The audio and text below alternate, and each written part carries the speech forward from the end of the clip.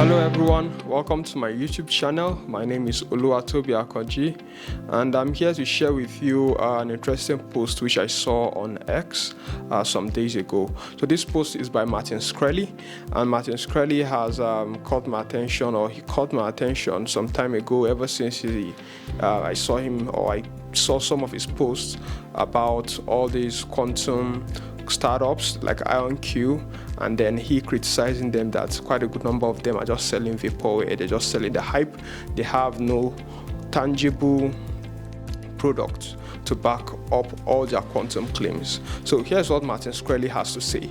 Martin Shkreli says quantum will continue to sink as Nvidia buys Grok. So Grok is an artificial intelligence hardware chip maker.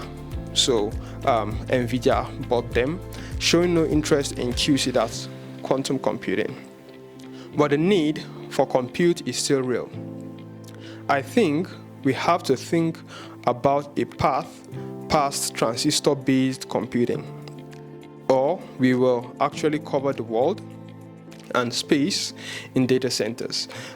So I totally agree with what Martin Shkreli says here about the transistor-based computing.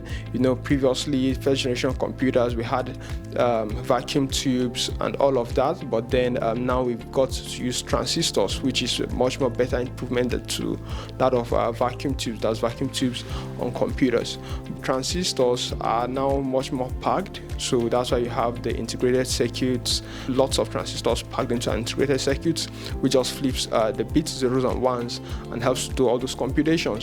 But then here we have Martin Shkreli telling us, and also bringing to fore one of the things that prompted me into looking into quantum computing.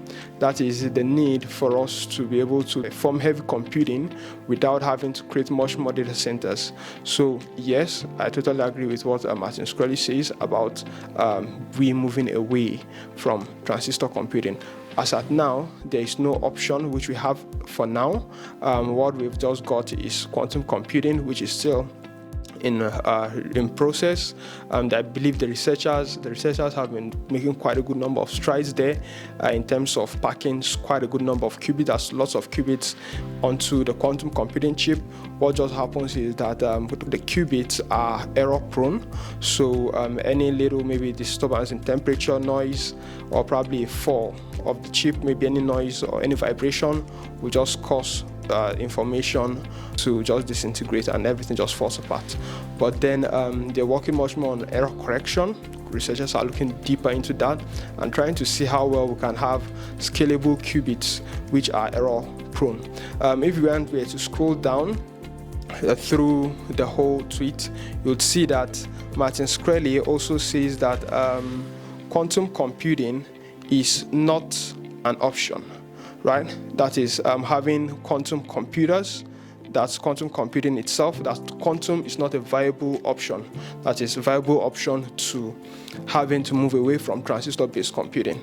But then I believe in terms of research, in terms of scientific discoveries, people are still making their own research, and then they are digging deeper, finding better ways to make the qubits much more stable. For now, we have no other viable solution aside from what is even looking promising as quantum. Yes, Martin Shkreli says quantum computing or quantum is not a viable solution, but then let's see how all of that goes. And to a large extent, I'm just placing my bets there to see how everything pans out, and if it all pans out good, which I am definitely looking forward to, I think it will be a great step in the right direction. At the end of the day, all these normal client-server architecture kind of computing, where you just get to send a request to the server, and then you get an instant response. Yes, we can keep on using our transistor-based computing for that.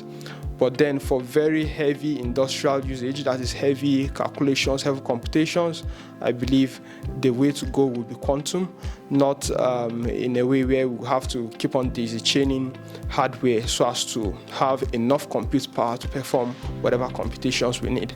So yes, I totally agree with Martin Shkreli regarding moving away from transistor-based computing.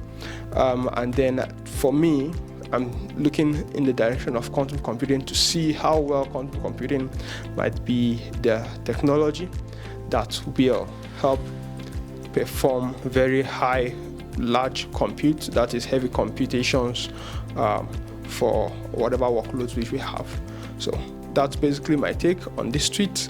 I just said I should bring it up, and it all segues into one of the reasons why I chose to look into quantum computing. Thank you.